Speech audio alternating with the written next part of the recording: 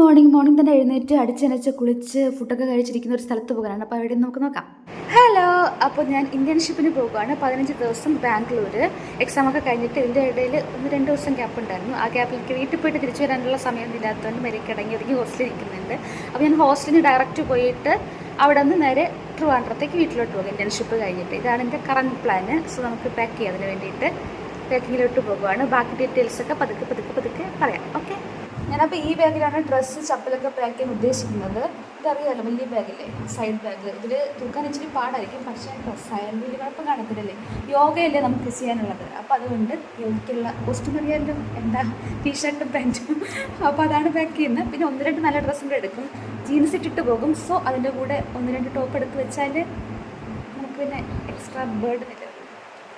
Maximum wait കുറയ്ക്കാൻ തീരുമാനിച്ചിട്ടുണ്ട്. എനിക്ക് ചുമക്കാൻ വയ്യ. ടീഷർട്ട് ഇങ്ങനെ റോൾ ചെയ്ത് വെച്ചാൽ നമുക്ക് ഒരുപാട് സ്പേസ് കുറഞ്ഞ് കിട്ടുമെന്നാണ് എൻ്റെ ഒരു നിഗമനം. അങ്ങനെ ഞാൻ റെഡിയാക്കുവാണ്. ഞാനപ്പോൾ ഒരു 6-7 എടുത്തിട്ടുണ്ടായിരുന്നു, പക്ഷേ 4 യൂസ് ചെയ്തിട്ടുണ്ടായിരുന്നുള്ളൂ. അപ്പോൾ അതൊക്കെ പാക്ക് ചെയ്യുവാണ്. ഇതാണ് ജനമേരി പോട്ട്, ഇതാണ് സൂത്രമേരിയുടെ ചെയ്യുന്നത്. ഇത് ഇതിനകത്തൂടെ ഇട്ടിട്ട് എടുക്കണം. ഞാൻ പണ്ട് പറഞ്ഞിട്ട് എനിക്ക് പേടിയാന്നൊക്കെ ആ കാര്യം. പിന്നെ ഇത് വെള്ളം ഫില്ല് ചെയ്തിട്ട് ചൂടായിട്ടുള്ള ഉപ്പിട്ട്, മീൻസ് നമ്മൾ സ്നേഹിക്കുന്ന ചൂടിൽ ഉപ്പിട്ട വെള്ളം എടുത്തിട്ട് ഈ മൂക്കിൽ കൂടെ ഒഴിച്ചിട്ട് ഈ മൂക്കിൽ കൂടെ കളയണം. അങ്ങനെയുണ്ട്. ഞാൻ വിചാരിച്ച കുറച്ച് ആസനയൊക്കെ ഉള്ള നല്ല ഇതായിട്ട് സാൻസ്ക്രിറ്റുള്ള എനിക്കറിയാം. ഇവിടെ ചേച്ചി എന്ന് കഥ പറയുന്നത് വേറൊന്നുമല്ല. ഈ ബാഗിൽ അണ്ടർ ഗാർമെൻറ്റ്സ് നൈറ്റ് ഡ്രസ്സൊക്കെ എടുത്ത് വെച്ചാൽ എനിക്ക് ഈ ബാഗിന് നേരെ ട്രിവാൻഡ്രത്തേക്ക് കൊണ്ടുവരാമെന്ന് പറയുവാണ്. അപ്പം അതിനെ ഇതിൻ്റെ അകത്ത് തന്നെ വയ്ക്കാനും പറ്റും. സെപ്പറേറ്റ് നമുക്ക് ഡിവൈഡ് ചെയ്ത് വയ്ക്കാൻ വേറെ പാർട്ടീഷനൊന്നും ഇല്ല. അതാണ് മാഡം ഉദ്ദേശിക്കുന്നത്.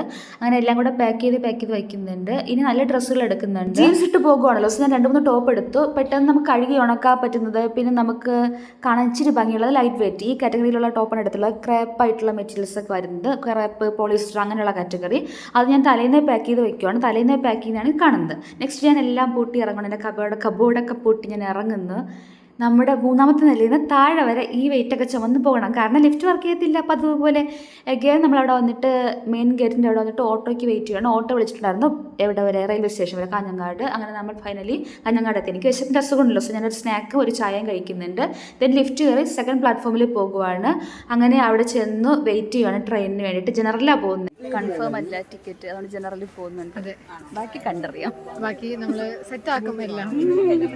സ്ലീപ്പർ ബുക്ക് ചെയ്തായിരുന്നു, അത് പിന്നെ വെയിറ്റിംഗ് ലിസ്റ്റായി ക്യാൻസലായി. സോ നമ്മൾ ജനറലിൽ കയറി പോകുന്നു. ഇവർ രണ്ടും അടി കൂടുന്നു, മൈൻഡ് ചെയ്യേണ്ട. അപ്പോൾ നമുക്ക് ഉദ്ദേശം എന്താ, ആ കേക്ക് കഴിക്കുക. അങ്ങനെ അതിൽ നിന്ന് ഒരു കുഞ്ഞു പീസ് കേക്കൊക്കെ കഴിച്ച് നിൽക്കുമ്പോഴത്തേക്കും ട്രെയിൻ വിദൂരയിൽ നിന്ന് വരുന്നുണ്ട്. ഇത് കോഴിക്കോട് നിന്ന് എടുക്കുന്ന ബാംഗ്ലൂർ പോകുന്ന ഒരു ട്രെയിനാണ് കേട്ടോ. ബാക്കി വിശേഷങ്ങൾ നെക്സ്റ്റ് വീഡിയോയിൽ കാണാം. അപ്പോൾ ബൈ.